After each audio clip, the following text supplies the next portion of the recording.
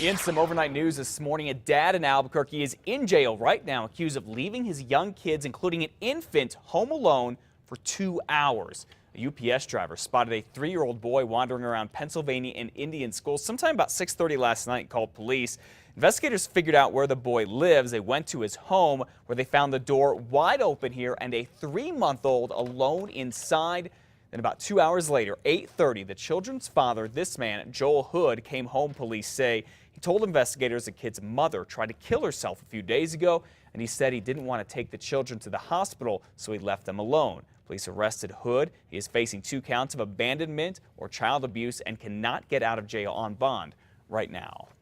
Well, a high school teacher here in Albuquerque probably won't be having a fun summer vacation. No, he is locked up right now, accused of trying to force himself on one of his students on the last day of school. Investigators say Antonio Ortega groped a 17-year-old girl at Cibola High School yesterday. They say he tried to get her to have sex with him. Authorities say the student said no and that Ortega told her to keep quiet because he could get fired. They say the girl ran out of the classroom, told her parents, who called police. Now, Ortega turned himself in and is facing a slew of charges. He teaches language arts and coaches golf at Cibola. He right now is on paid leave. A landlord who killed 2 people in Santa Fe last year is now waiting to find out how long he'll spend in prison.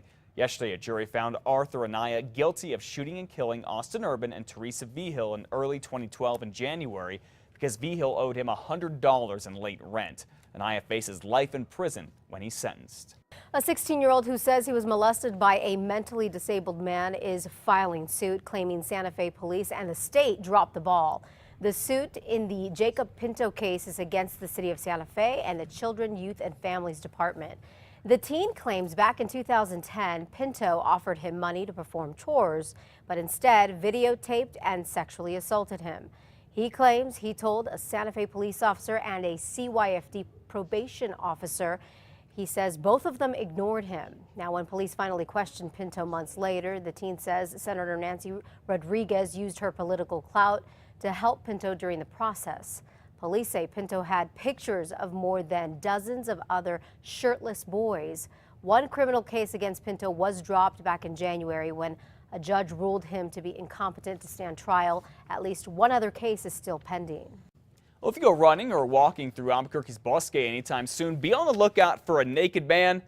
You'll know him when you see him. Police started to get reports about the man last summer and are hearing about him again. Right now, they think the guy may actually live in the Bosque, and he knows it so well he can actually hide from police. He's not flashing anyone. In fact, he runs away from people when he sees them. He is described as Hispanic, but obviously no clothing description. A doctor in northern New Mexico is in a lot of trouble right now, accused of terrorizing his wife, his neighbors, and even a family pet. Police arrested this man, Pavel Murachov, outside the Los Alamos Medical Center, where he's a urologist, on Wednesday. They began investigating him earlier this month, saying he killed his own cat with a bow and arrow.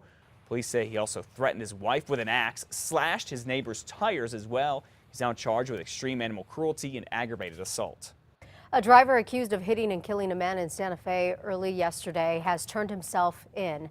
29-year-old Juan Lopez of Chimayo was crossing the state street at St. Francis Drive near San Mateo about 3 a.m.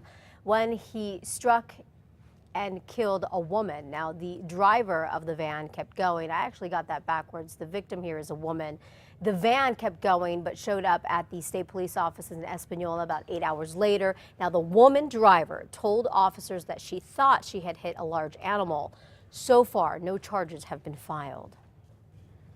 Well, it is not just drunk drivers the cops want off the streets. They also want to keep drunks from wandering the streets. Yeah, it's the point of a program Albuquerque and Bernalillo County are now expanding. It sends drunk people to the Metro Assessment and Treatment Services Center to sober up instead of sending them to jail or the emergency room.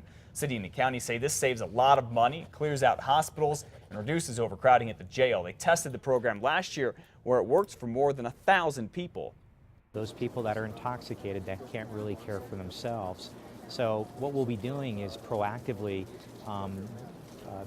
trying to locate these inebriates where they're known to congregate, and they'll be transported to a safer environment. The program will now run 5 days a week instead of 2.